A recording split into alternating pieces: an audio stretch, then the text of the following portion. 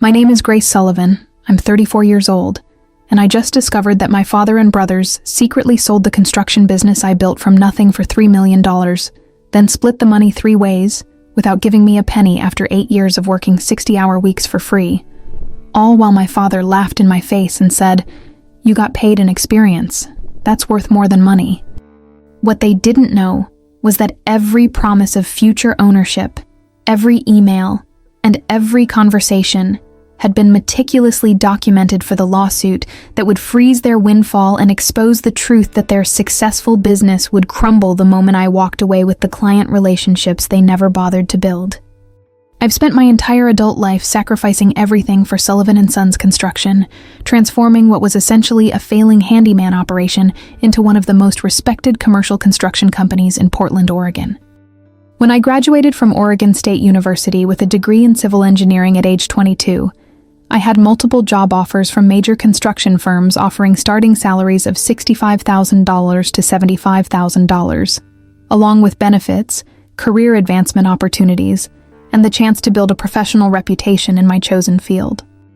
But my father, Patrick Sullivan, had other plans for my future, painting a picture of family legacy and shared prosperity that would convince me to abandon my career prospects and dedicate my professional life to building his struggling business instead of my own success.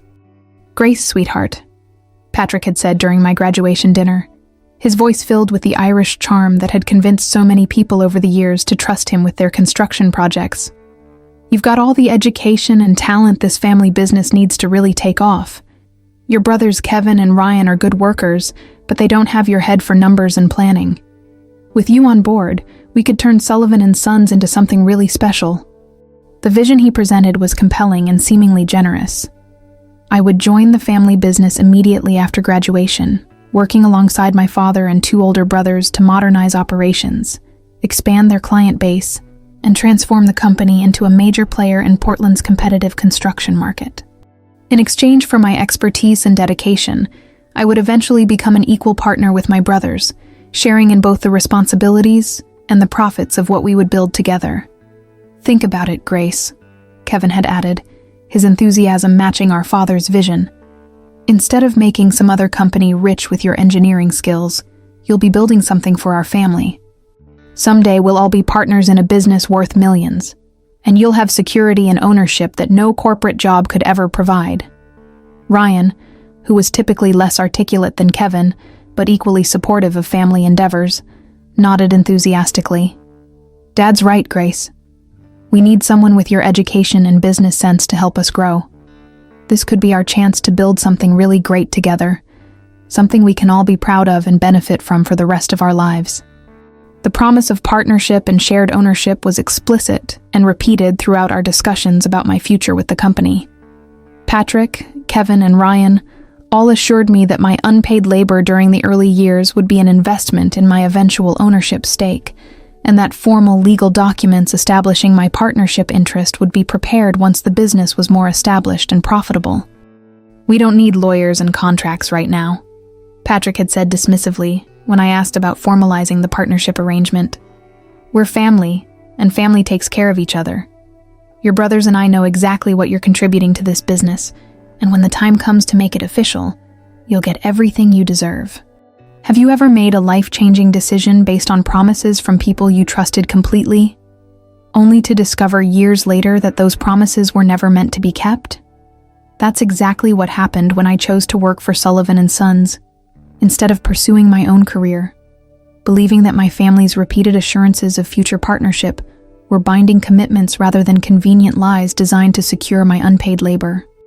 The early years at Sullivan Sons were challenging, but rewarding, as I threw myself into modernizing every aspect of the business operations. When I started, the company was essentially Patrick working with a couple of subcontractors on small residential projects, with Kevin and Ryan helping occasionally when they weren't busy with their other jobs or personal interests. The bookkeeping was a disaster. Client relations were handled informally through personal connections, and there was no systematic approach to bidding, project management, or business development. I immediately implemented professional accounting systems, developed standardized project management protocols, and began building relationships with suppliers, subcontractors, and potential clients who could provide the larger commercial projects that would transform Sullivan Sons from a small-scale operation into a legitimate construction company. "Grace, I don't know how we managed without you," Patrick would say regularly during those first few years as our project volume and profit margins improved dramatically. "You've brought a level of professionalism to this business that we never could have achieved on our own. This company is going to be worth serious money someday, and you're going to be rewarded appropriately for everything you're building here." The improvements were dramatic and measurable. Within 2 years, we had moved from residential repairs and small additions to commercial renovations and new construction projects worth hundreds of thousands of dollars. My engineering background allowed us to bid on complex projects that other contractors couldn't handle, while my business systems ensured that we completed work on time, within budget, and to specifications that earned repeat business and referrals. But as the business grew and became more profitable, the dynamics within the family began to shift in ways that should have warned me about my precarious position, despite the ongoing promises of future partnership and ownership. Kevin and Ryan, who had been working part-time while pursuing other interests when I joined the company, were now drawing full salaries and benefits while contributing minimal effort to the daily operations that were generating our success. They would show up late, leave early, and spend much of their time on personal phone calls or discussing their weekend plans rather than focusing on the work that was building our reputation and profitability.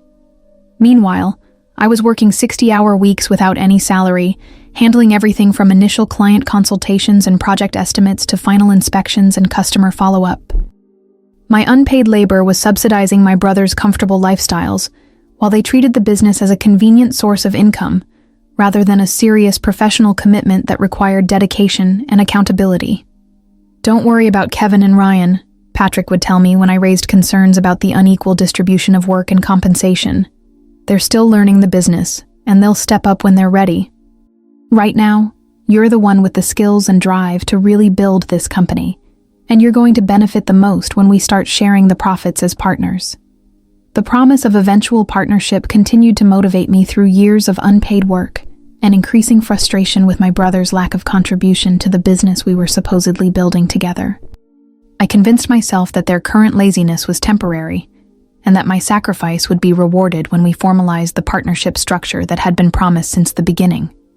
By the 5th year, Sullivan Sons had established itself as one of Portland's premier commercial construction companies, with annual revenues approaching $2 million and a reputation for quality work that kept us booked months in advance. The success was almost entirely due to my professional expertise, business management, and client relationships. But the financial benefits were flowing primarily to my father and brothers, rather than to me. "Grace, you're incredible," a major client told me after we completed a complex office renovation ahead of schedule and under budget. "I don't know how Sullivan Sons consistently delivers such professional results, but working with you has been the best construction experience we've ever had. We'll definitely be using your company for all our future projects." The client praise and repeat business were gratifying professionally, but they were also generating profits that I wasn't sharing, despite being the primary driver of our success and reputation. My brothers were earning substantial salaries for minimal work, while I continued to work without compensation based on promises of future ownership that seemed increasingly distant and abstract. The breaking point came during the 7th year, when I discovered that Patrick had been using company profits to fund personal expenses for himself and my brothers, while telling me that we couldn't afford to put me on salary, because all available funds needed to be reinvested in business growth. "Dad, I need to start receiving some compensation for my work." I finally confronted Patrick directly about the financial arrangements that had left me supporting myself through savings and part-time consulting work while building his business full-time. "I've been working without salary for 6 years based on promises of partnership. But I need some income now, while we work toward formalizing the ownership structure." His response revealed the first clear indication that the partnership promises might not be as solid as I had believed. "Grace, you know we're all making sacrifices to build this business," Patrick replied evasively. "Kevin and Ryan need their salaries to support their families, and I need to cover my expenses so I can focus on growing the company. Your situation is different because you don't have the same financial obligations, and besides, You're building equity in the business that will be worth much more than any salary we could pay you now." The suggestion that my financial needs were less important than my brother's, because I didn't have children, was both insulting and revealing about how Patrick viewed my contributions compared to theirs. He was treating my unpaid labor as less valuable than their minimal paid work, while simultaneously claiming that I was building equity in a business where my ownership interest had never been formally established or legally documented. That conversation marked the beginning of my decision to protect myself by documenting every aspect of the partnership promises and business operations, though I didn't yet understand how critical that documentation would become when the ultimate betrayal was revealed. The 8th year at Sullivan Sons was both the most successful period in the company's history and the year when I finally began to understand that my family's promises of partnership and shared ownership were never intended to be honored. We had secured our largest contract ever, a $1.5 million commercial complex that would establish us as a major player in Portland's construction industry. But the increased success only made more apparent the vast disparity between my contributions and my compensation. The commercial complex project was entirely due to my professional relationships and reputation, as the client had specifically requested Sullivan Sons based on their previous experience working with me on smaller projects. The contract represented months of unpaid work, developing the proposal, negotiating terms, and coordinating with architects and engineers to ensure we could deliver the complex project on schedule and within budget. "Grace, this contract is going to transform our business," Patrick had said when we received the signed agreement, his excitement obvious as he calculated the profit margins that would result from my successful bid development. "This is exactly the kind of project that proves we're ready to compete with the biggest construction companies in the city. You've really outdone yourself this time." But despite his praise for my achievement in securing the contract, there was still no discussion of formalizing my ownership stake or providing me with salary compensation that reflected my central role in generating the company's success and profitability. Instead, Kevin and Ryan received raises that brought their annual salaries to over $80,000 each, while I continued working without any direct compensation, beyond the vague promises of future partnership that had sustained me for nearly 8 years of unpaid labor. The irony wasn't lost on me that I was now earning less than entry-level construction workers while managing a multi-million-dollar business and generating the professional relationships that kept us competitive in a challenging market. My engineering degree and business expertise were creating wealth for my family while providing me with nothing more than the theoretical promise of eventual ownership that never seemed to materialize into concrete legal arrangements. But the most disturbing development during the 8th year was Patrick's increasing evasiveness about partnership discussions and his reluctance to engage in any conversations about formalizing the ownership structure that had been promised since I joined the company. "We'll get to the partnership paperwork eventually," he would say whenever I raised the topic. "But right now, we need to focus on completing this big project and making sure we deliver the quality results that will bring us even more business. There will be plenty of time to sort out the legal details once we're established as a major construction company." The constant delays and excuses were beginning to feel less like prudent business timing and more like deliberate avoidance of commitments that Patrick had never intended to honor. I started to wonder whether the partnership promises had been strategic lies designed to secure my unpaid labor, rather than genuine plans for shared ownership and profit distribution. Have you ever slowly realized that people you trusted were systematically deceiving you while benefiting from your loyalty and hard work? That's exactly what I began to suspect, as Patrick's promises became more evasive, and the timeline for partnership formalization became increasingly indefinite. The suspicion prompted me to begin more systematic documentation of our business operations, financial records, and family communications about my role in the company. I started saving emails, recording conversations, and maintaining detailed records of my contributions to projects and client relationships, though I still hoped that my growing concerns about the partnership promises were unfounded. The documentation project revealed disturbing patterns in how Patrick and my brothers discussed my role when they thought I wasn't paying attention. They would refer to my work as helping out, rather than acknowledging my central role in business development and operations, and they would discuss company decisions and financial planning without including me in conversations that directly affected my professional future and financial security. Grace is great at the technical stuff, I overheard Kevin telling a subcontractor. "But Dad and Ryan and I handle the real business decisions and planning. She's more like our engineering consultant than a partner in the company operations." The casual dismissal of my contributions as technical stuff, rather than recognizing my comprehensive management of business operations, client relationships, and strategic development, was both insulting and revealing about how my family actually viewed my role, despite their public praise for my achievements. But the most shocking discovery came when I accidentally intercepted an email between Patrick and his accountant, discussing exit strategies and maximizing business valuation for what appeared to be preparations for selling Sullivan Sons without any consultation with the person who had built the company's reputation and client base. Pat, based on the financial records and client contracts, Sullivan Sons should be valued at approximately $3 million if you decide to pursue a sale, the email read. The key assets are the established client relationships and the reputation for quality work that commands premium pricing. We should be able to find buyers quickly given the company's strong performance and growth trajectory. The email made no mention of me as an owner or partner who would need to consent to a sale, despite 8 years of promises that I was building equity in the business and would share in its eventual value. Patrick was discussing the sale of our company as if it were entirely his decision and his asset, with no acknowledgement of my contributions or ownership interest. The discovery of the sale discussions marked the moment when I realized that every promise of partnership and shared ownership had been a deliberate lie designed to secure my unpaid labor while keeping all the benefits and profits for Patrick and my brothers.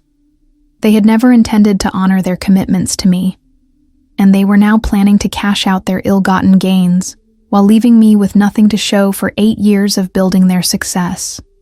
As I processed this devastating betrayal and began planning my response, I had no idea that the actual sale and the cruelty of my family's final deception would be even worse than I had imagined possible. The next few weeks were a surreal combination of normal daily business operations and secret investigation into my family's betrayal, as I continued managing Sullivan Sons while gathering evidence of the sale negotiations that were proceeding without my knowledge or consent.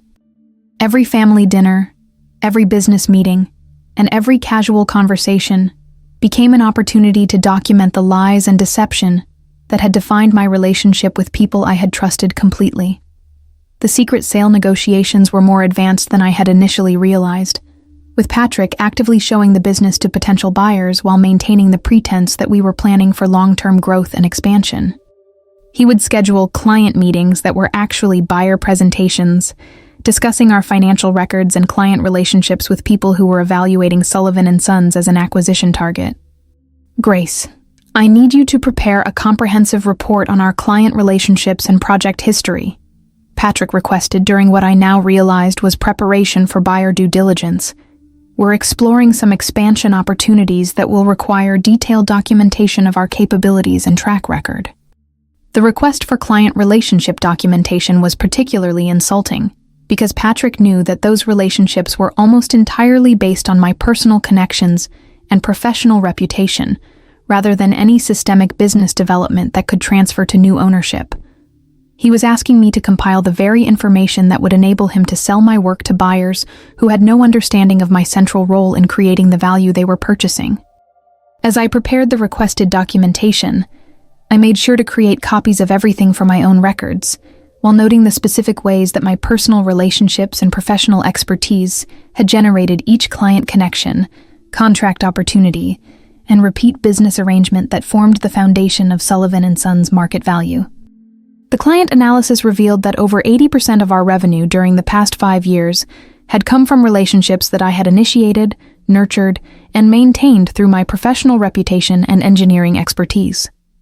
The buyers who were evaluating our company were essentially purchasing my Rolodex and professional credibility, though they had no guarantee that those assets would transfer if I weren't part of the continuing business operations. But Patrick and my brothers seemed confident that the business relationships would automatically transfer with the sale, apparently assuming that clients were loyal to the Sullivan Sons name rather than to me personally as their primary contact and project manager. The assumption revealed how little they understood about the professional relationships that had built their wealth, and how vulnerable their business value would be if I decided to leave and take my client connections with me to a competing company.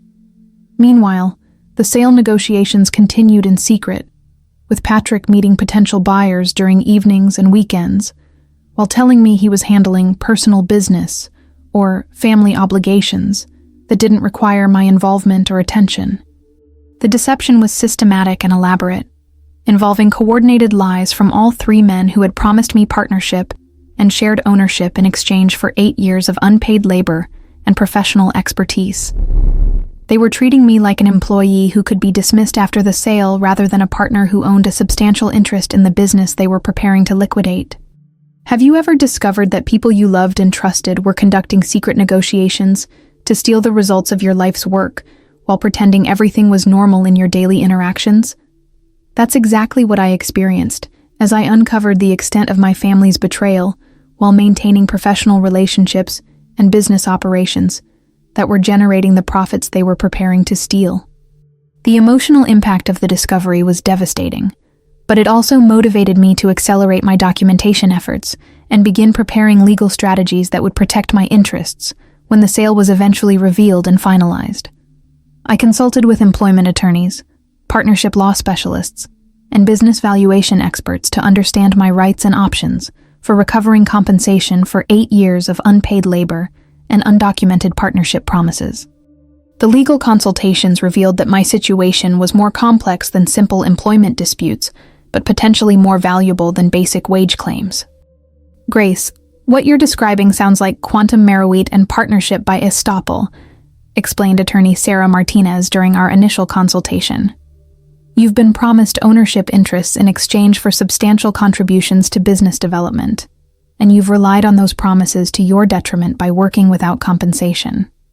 Even without formal partnership documents, you may have legitimate claims to ownership interests and profit sharing.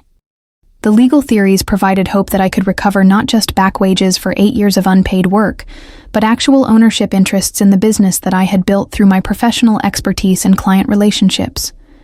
But the most important legal discovery was that Patrick's sale of the business without my consent could constitute conversion of partnership assets if I could prove that I had legitimate ownership interests based on the promises and my contributions to business development.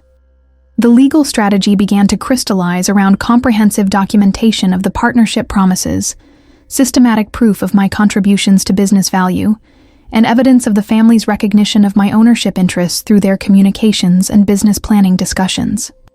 As I prepared for the legal battle that would be necessary to protect my interests, I had no idea that the actual announcement of the sale would be accompanied by such cruel dismissal of my contributions and such complete disregard for the promises that had motivated 8 years of unpaid sacrifice.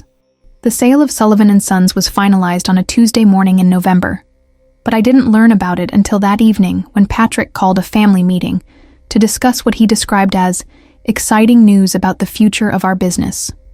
The meeting was scheduled for dinner at Riverside Restaurant, an upscale establishment that my family rarely frequented, which should have been a warning sign that something significant was being planned. I arrived at the restaurant expecting to discuss expansion plans, new partnerships, or other business developments that would affect my role in the company operations. Instead, I walked into a celebration dinner where Patrick, Kevin, and Ryan were toasting the successful sale of the business that I had built, while they prepared to deliver the news that would destroy my financial security and professional future. Grace, sit down. We have wonderful news to share, Patrick said, as I joined them at a table that had already been set with champagne and appetizers, clearly indicating that this was a celebration rather than a business planning meeting. Today was a very successful day for the Sullivan family and our business interests. The tone was festive and excited, with my brothers grinning and raising their glasses in what appeared to be an ongoing toast to some achievement that I hadn't been included in celebrating. The exclusion from whatever they were celebrating felt ominous and confirmed my growing suspicions about the secret business activities I had been discovering. "What exactly are we celebrating?" I asked, though I suspected I already knew the answer based on the sale negotiations I had been secretly monitoring and documenting. "We sold Sullivan Sons," Kevin announced with obvious pride and excitement, as if this was news that I should be thrilled to hear rather than devastated by the betrayal it represented. "Dad found a buyer who offered us $3 million for the business, and we closed the deal this morning. Can you believe it? We're millionaires. The casual announcement that they had sold the business I had built without consulting me or including me in the negotiations was delivered as if it were good news that I should be celebrating, rather than a devastating betrayal that would leave me with nothing to show for 8 years of unpaid work and sacrificed opportunities.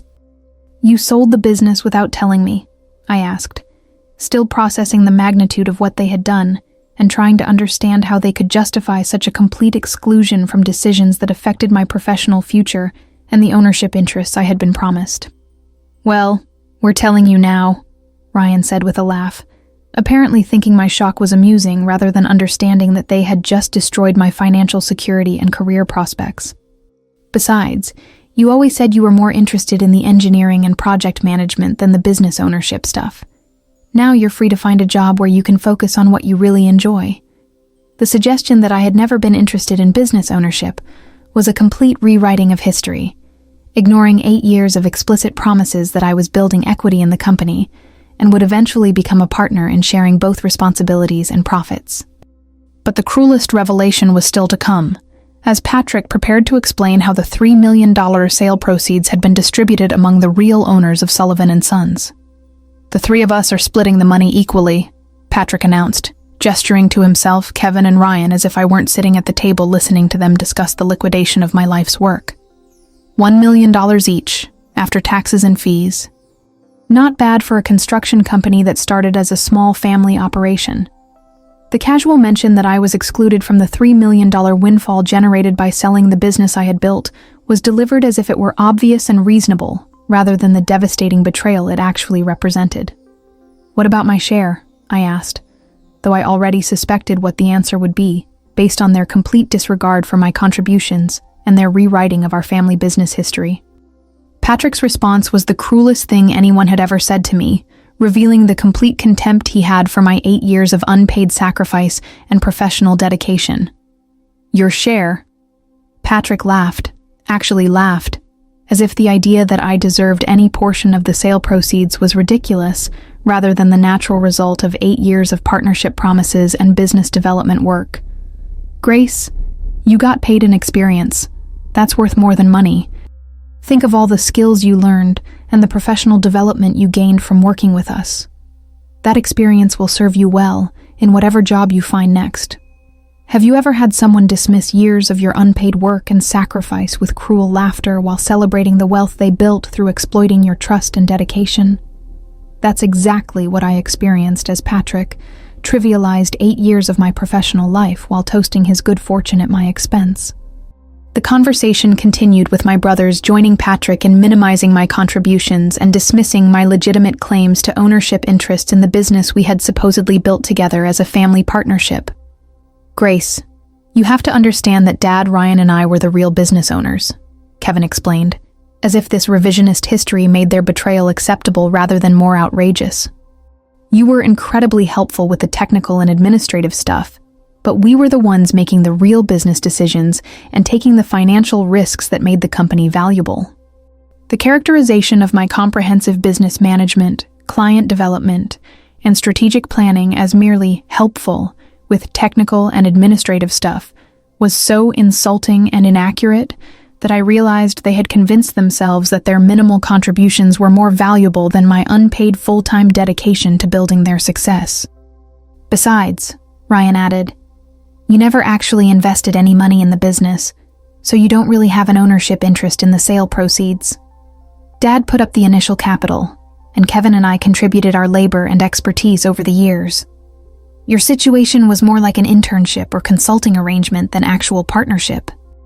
The reframing of 8 years of promised partnership as an internship or consulting arrangement was the final insult, revealing that they had never intended to honor their ownership commitments and had been planning this betrayal from the beginning of my involvement with Sullivan Sons.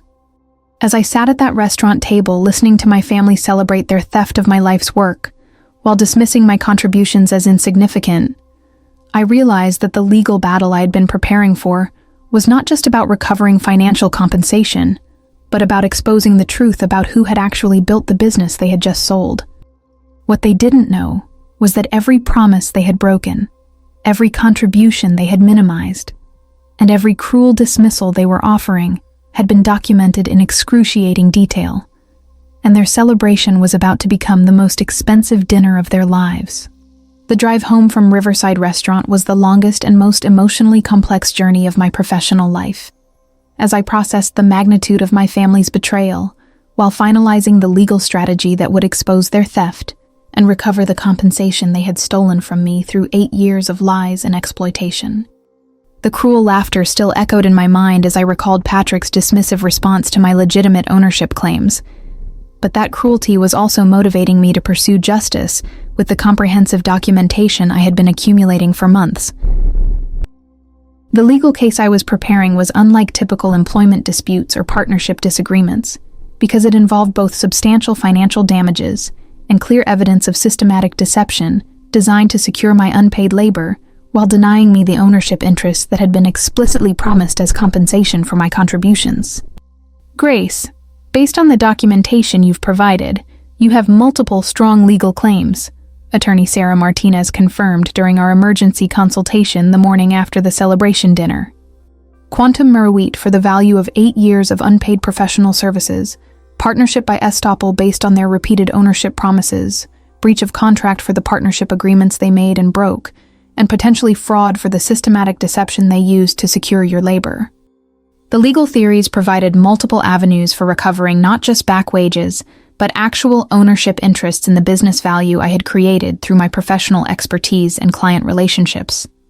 More importantly, the strength of the claims would allow us to seek emergency court orders freezing the sale proceeds while the case proceeded through litigation. We can file for immediate injunctive relief to freeze the $3 million in sale proceeds, Sarah explained. The court will prevent your family from spending or distributing the money until we can prove your ownership interests and calculate your damages from 8 years of unpaid partnership-level contributions. The prospect of freezing their windfall while they faced legal accountability for their betrayal was satisfying, but the most important aspect of the legal strategy was demonstrating that the business value they had sold was primarily due to my contributions rather than their minimal efforts and inherited operations. The documentation I had accumulated was comprehensive and damning, including hundreds of emails where Patrick, Kevin, and Ryan had explicitly promised me partnership interests, detailed financial records showing my central role in generating revenue and profits, and recorded conversations where they acknowledged my contributions while planning to exclude me from ownership benefits. But the most powerful evidence was the client relationship analysis that proved over 80% of Sullivan Sons' value was based on professional connections that I had developed and maintained through my personal reputation and engineering expertise.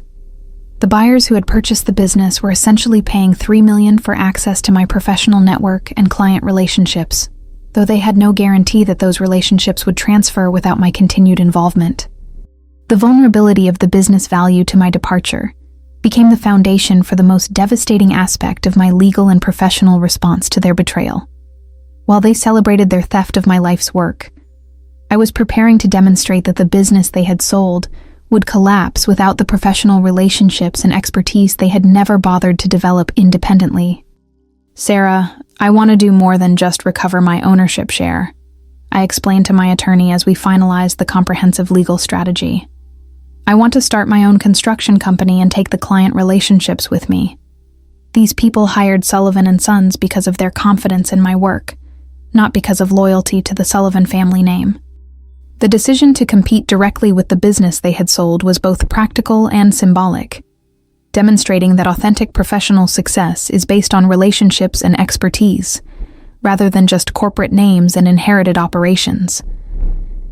Within 48 hours of the celebration dinner, I had filed a comprehensive lawsuit seeking ownership interests in Sullivan Sons, compensation for 8 years of unpaid professional services, and damages for the breach of partnership agreements that had motivated my sacrificial dedication to building their wealth.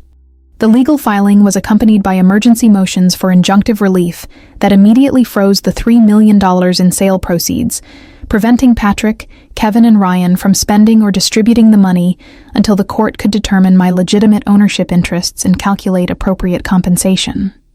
But the lawsuit was only the beginning of the consequences they would face for their betrayal and theft of my professional contributions to their success.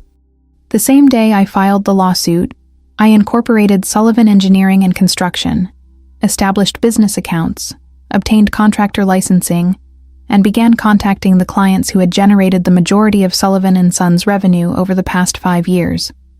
The client outreach was professional and straightforward, explaining that I was starting my own construction company and would be available to continue providing the same high-quality engineering and project management services they had come to expect.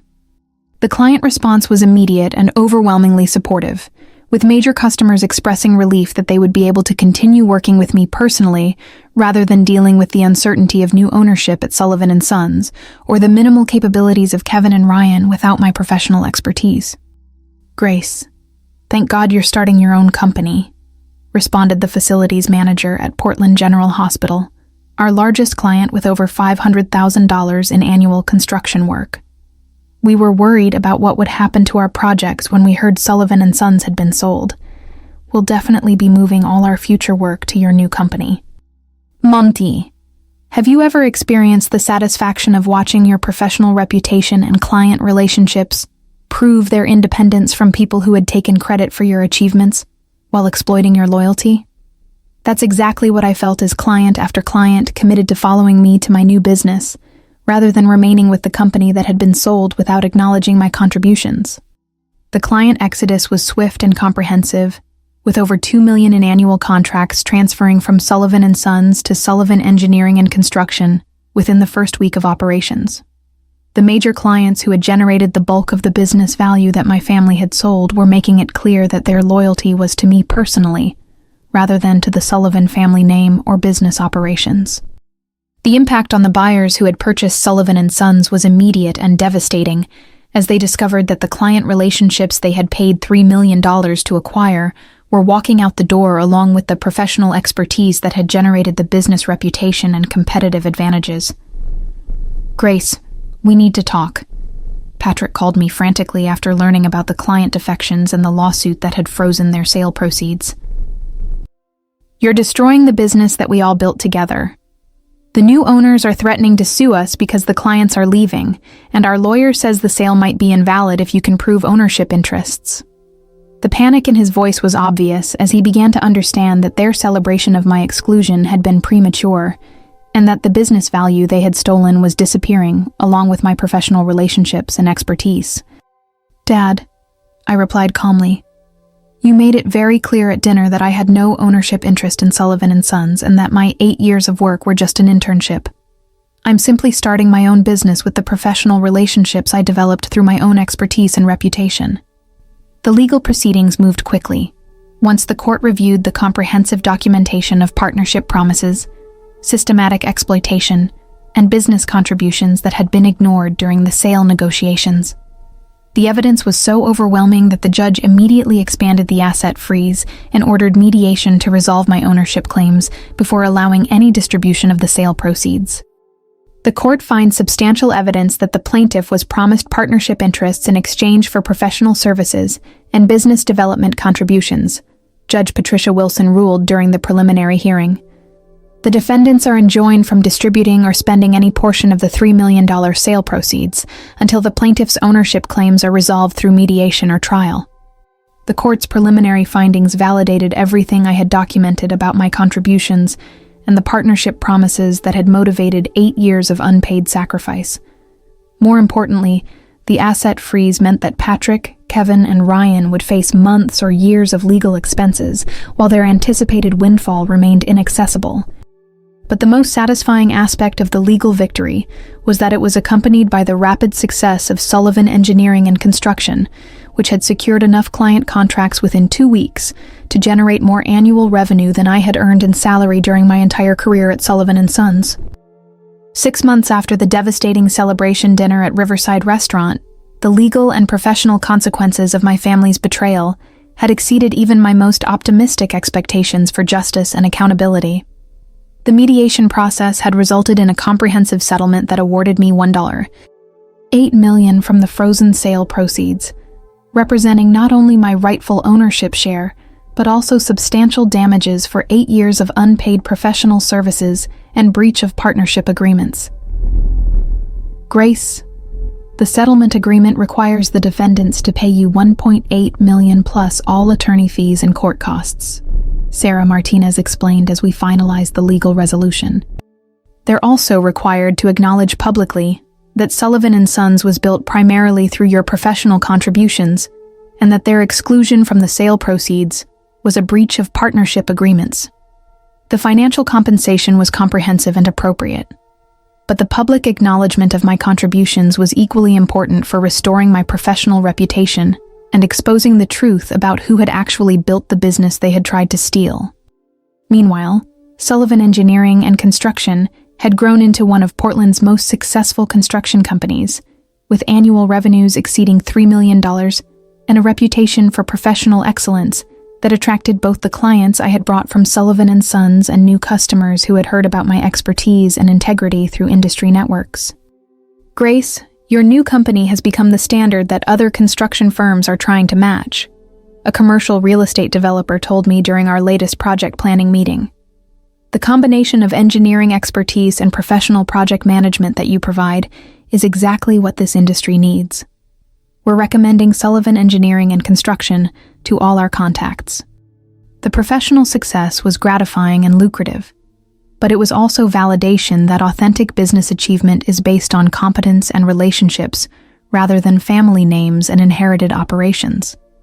The clients who had followed me from Sullivan & Sons were not just transferring their business. They were investing in proven capabilities and professional integrity that they could depend on for their most important projects. The contrast between my thriving new business and the collapse of what remained of Sullivan & Sons was stark and instructive. The buyers who had paid $3 million for the company had been forced to close operations within 4 months when they realized that the client relationships and professional expertise that had generated the business value were not transferable assets, but personal connections that required ongoing competence and integrity to maintain. The business they sold essentially evaporated once you left and took the client relationships with you, Sarah explained during our final legal consultation. The buyers are now suing your family for misrepresentation and fraud, claiming that they were sold a business that had no sustainable value without your continued involvement. The buyer litigation added another layer of legal consequences for Patrick, Kevin, and Ryan, who were now facing multiple lawsuits while their anticipated wealth remained largely inaccessible due to the various legal claims and asset freezes that had resulted from their betrayal. But the most meaningful aspect of the resolution was the restoration of my professional reputation and the recognition from industry colleagues who had witnessed both my exploitation at Sullivan & Sons and my subsequent success as an independent business owner. Grace Sullivan is exactly the kind of professional integrity that makes the construction industry better, wrote a trade publication profile of my new company. Her willingness to start over after being excluded from the business she built demonstrates that authentic success is based on competence and character rather than family connections and inherited advantages. The professional recognition was more valuable than any financial compensation because it established my reputation as someone who had overcome exploitation through competence and integrity rather than through litigation and revenge.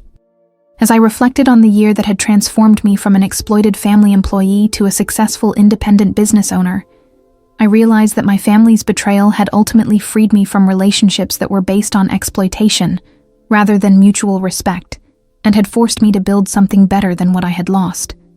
If you're reading this and you're dealing with family members who exploit your professional contributions while promising future benefits that never materialize, please know that you have legal rights and professional options that can protect your interests and ensure you receive appropriate compensation for your work and expertise. Family businesses can be wonderful opportunities for shared success and mutual support, but they can also become vehicles for exploitation when some family members contribute everything while others contribute nothing but expect to share equally in the benefits and profits. Documenting promises, contributions, and business operations is essential for protecting yourself in family business arrangements, especially when formal partnership agreements are delayed or avoided through claims that family doesn't need contracts. Sometimes the most loving thing you can do for exploitative family members is to ensure they face consequences for their betrayal, forcing them to understand that relationships based on mutual respect and fair compensation are more sustainable than arrangements based on exploitation and false promises. If this story resonated with you, please hit that subscribe button and share your experiences in the comments below. Have you ever worked for family businesses where your contributions weren't recognized or compensated fairly? How did you handle situations where relatives expected you to sacrifice your professional interests for their benefit while providing you with nothing but promises?